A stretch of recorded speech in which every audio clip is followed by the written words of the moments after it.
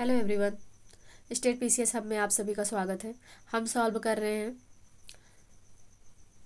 Youth publication से इतिहास के जो अब तक विभिन्न एग्जामों में पूछे गए प्रश्न हैं, या ये कह लीजिए पीवाईक्यू, जो इम्पोर्टेंट पीवाईक्यू हैं उनको सॉल्व कर रहे हैं। और ये विभिन्न एग्जामों में पूछे गए प्रश्न हैं और इम्पोर्टेंट टॉपिक वाइज ये दिए हुए हैं। सबसे ज़्यादा अच्छी बात है कि टॉपिक वाइज प्रश्न यहाँ पे दिया हुआ है, उनको हम सॉल्व कर रहे हैं।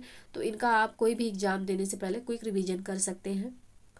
तो इसके पहले हमने 2-3 वीडियो चैनल पे अपलोड किए, अगर आपने अभी तक नहीं देखा है तो प्लीज़ जाके देख सकते हैं। और साथ ही साथ लाइक और शेयर करें। वीडियो आपको कैसी लगी कमेंट सेक्शन में ज़रूर बताएं।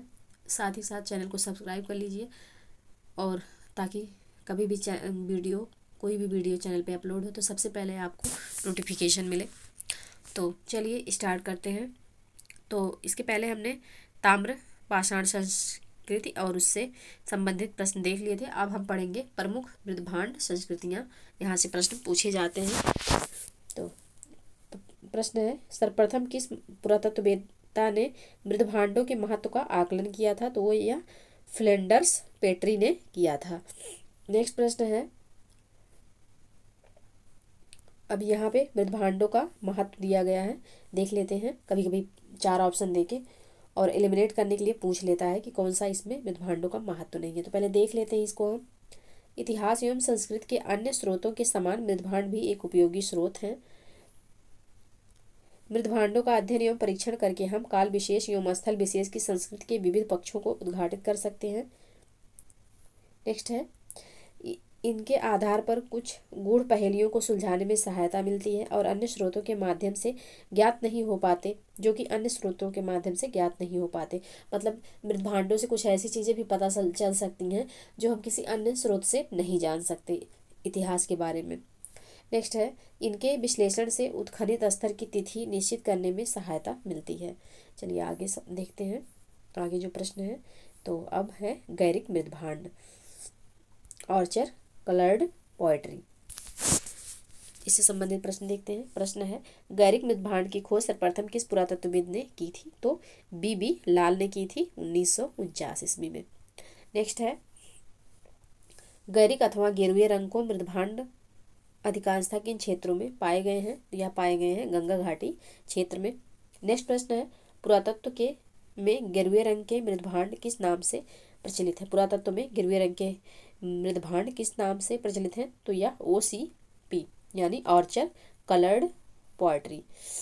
नेक्स्ट है, अब यहाँ पे दिया हुआ है गैरिक मृदभांडों से संबंधित प्रमुख स्थल।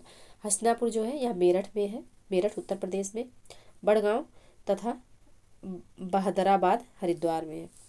अम्बाखेड़ी यह सहारनपुर में है। अतरंजी खेड़ा एटा में है। सैफई इटावा में। अहिछत्र बरेली में। सिंगवेरपुर इलाहाबाद में। कालपाटन या जालंधर में। और नोह भरतपुर में है।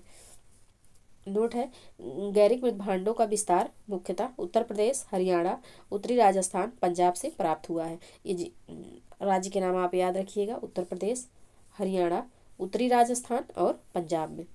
नेक्स्ट प्रश्न है, गैरिक मृदभांड पात्रों की निर्माण अवधि क्या थी? तो यह लगभग 1300 से 1200 ईसा पूर्व थी। गैरिक मृदभांड किस सभ्यता का प्रतिनिधित्व करते हैं? तो यह पूर्व वैदिक काल का प्रतिनिधित्व करते हैं।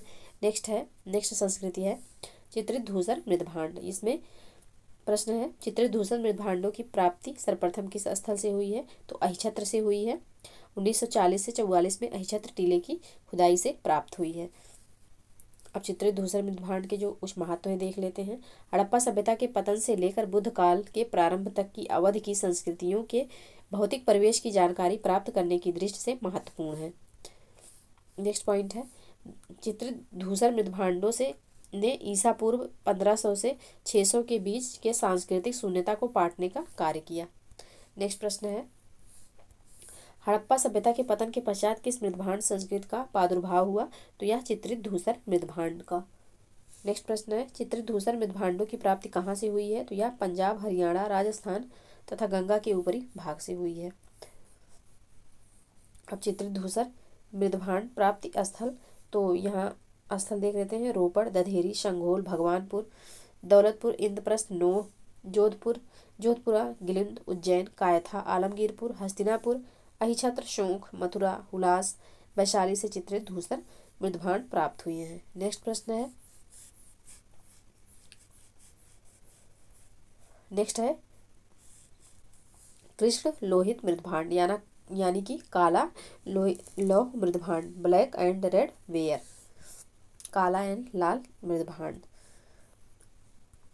विशेषता देख लेते हैं। ऐसे मृदभांड का भीतरी तथा बाहर की बारी के चारों ओर भाग काला तथा शेष भाग ईंट के रंग का मिलता है। आकार प्रकार में अलंकरण चित्रण की दृष्टि से भांड अन्य भांडों से भिन्नता रखते हैं। नेक्स्ट है, इस मृदभांड के निर्माण विधि को इब्जीशियन तकनीकी कहा जाता है। ये मृदभांड चूने तथा रेत युक्त मिट्टी से बने हैं तथा कभी कभी काचली मिट्टी से भी तैयार किए जाते थे। नेक्स्ट प्रश्न है, कृष्ण लोहित मृदभांड किस काल से संबंधित है? तो यह उत्तरकालीन हड़प्पा संस्कृति से संबंधित है। नेक्स्ट प्रश्न है, सौराष्ट्र क्षेत्र के किन स्थलों से कृष्ण लोहित मृदभांड प्राप्त हुए हैं? तो यह रंगपुर तथा लोथल से प्राप्त हुए हैं। नेक्स्ट प्रश्न है, पंजाब तथा हरियाणा में कृष्ण लोहित मृदभांड किसके साथ प्राप्त हुए हैं? तो यह चित्रित धूसर मृदभांड के साथ प्राप्त हुए हैं। नेक्स्ट प्रश्न है, नोह तथा थरंजी खेड़ा से कृष्ण लोहित मृदभांड किस सतह से प्राप्त हुए हैं? तो यह गैरिक मृदभांड के ऊपरी तथा चित्रित धूसर मृदभांड के निचली सतह से प्राप्त हुए हैं।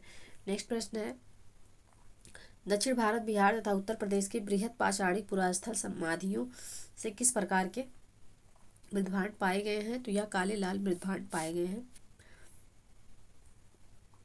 काले लाल प्रकार के मृदभांडों का प्रयोग किस अवधि में किया जाता था? तो यह ताम्र पाषाणी संस्कृति के समय किया जाता था। नेक्स्ट प्रश्न है, नेक्स्ट जो संस्कृति है यह है उत्तरी कृष्ण मार्जित मृदभांड, northern black polish ware NBP। Next प्रश्न है, इसमें प्रश्न है उत्तरी कृष्ण मार्जित अथवा काली पॉलिश के पात्र की अवधि क्या थी? तो यह 6ठी शताब्दी ईसा पूर्व अथवा बुद्ध काल थी।